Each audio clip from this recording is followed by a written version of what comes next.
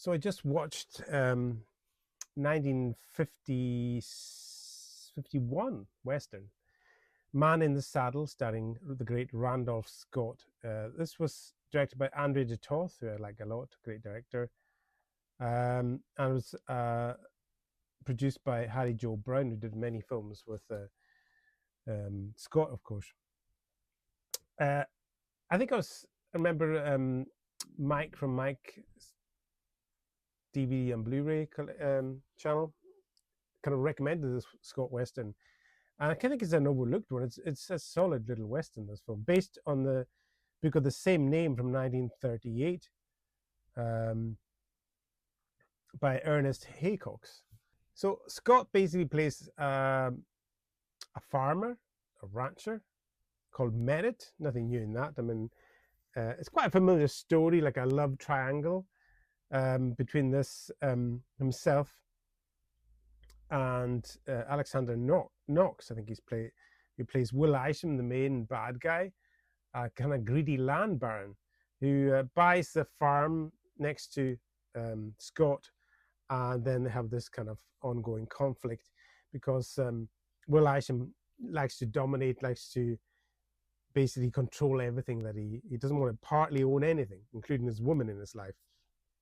So basically, Joan Leslie plays Laurie, who Scott had a relationship with in the past and who's still in love with, but she's kind of a very ambitious woman and has just married Will Isham, Alexander Knox, because of his wealth and his importance in life. She's kind of followed her head rather than her heart, as it were. And the other woman is Nan, who's kind of more down to earth, kind of rancher, close to Scott's farm, and she's kind of in love with Scott, but he's kind of oblivious to her presence, really, in one sense, because he's still kind of in love with Laurie.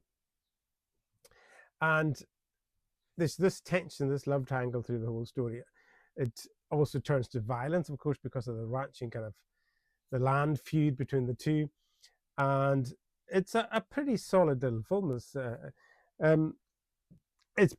got plenty of incident, plenty of action in it. I really like the action in it, and it's kind of, it flies along. It's I don't know how long it is. It's 87 minutes. It's quite a long Western, really, but you don't feel it. That's a sign of a good Western. It's got a good balance of the kind of this main story, the kind of friction between Will Isham and him over the land and over his property and that, and the love story between the love triangle.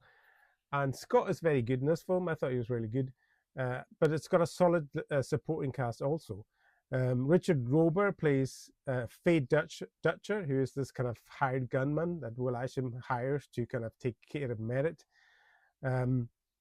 But it's really well directed as well by de Toth. I think it's got some lovely scenery in it as well, and it's got a really good fight scene between Scott and, I can't remember the character and the actor, and they're fighting in this kind of hut, wooden hut, and they basically literally take the hut down, punching each other and throwing each other across the hut and knocking all the pillars down and everything, and the whole roof falls down, and they end up tumbling down this kind of ravine. And Nan's character, played by Ellen Drew, she kind of is trying to break it up and trying to get this gun to shoot the other guy, but she kind of follows them down the ravine, and it's really rough. I mean, obviously not her, it must be a stunt woman.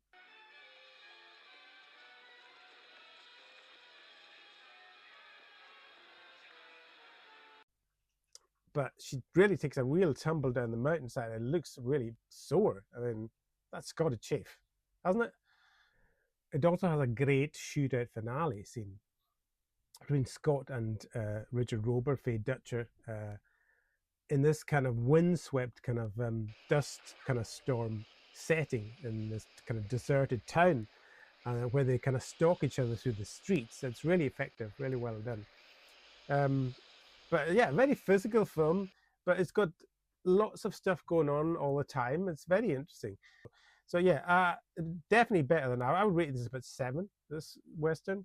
I don't agree with for once. I don't agree with. I'm going to forget his name now. I'll put it up there. I've got his book here. He says, Man in the Saddle, 87 minutes, directed by Andrew Toth. Randolph Scott, Joan Leslie, Ellen Drew, and Alexander Knox. Scott is involved in romantic triangle causing death on the range. Justice triumphs. Doesn't say good or bad, but only gives it 2 out of 4 stars. Yeah, I wouldn't have give it a 3 out of 4 stars or 7 out of 10. I would give this. Most of the other platforms don't give it much of a score either. I don't know why. I thought it was a very solid Western, like Mike from Mike's DVDs and Blu-rays suggested. I agree fully. So check it out. A lesser known, maybe, Scott Western, but full of incident, full of good characters, and just a bit of a good watch, this one. That's Man in the Saddle from 1951. Thanks for watching. Bye.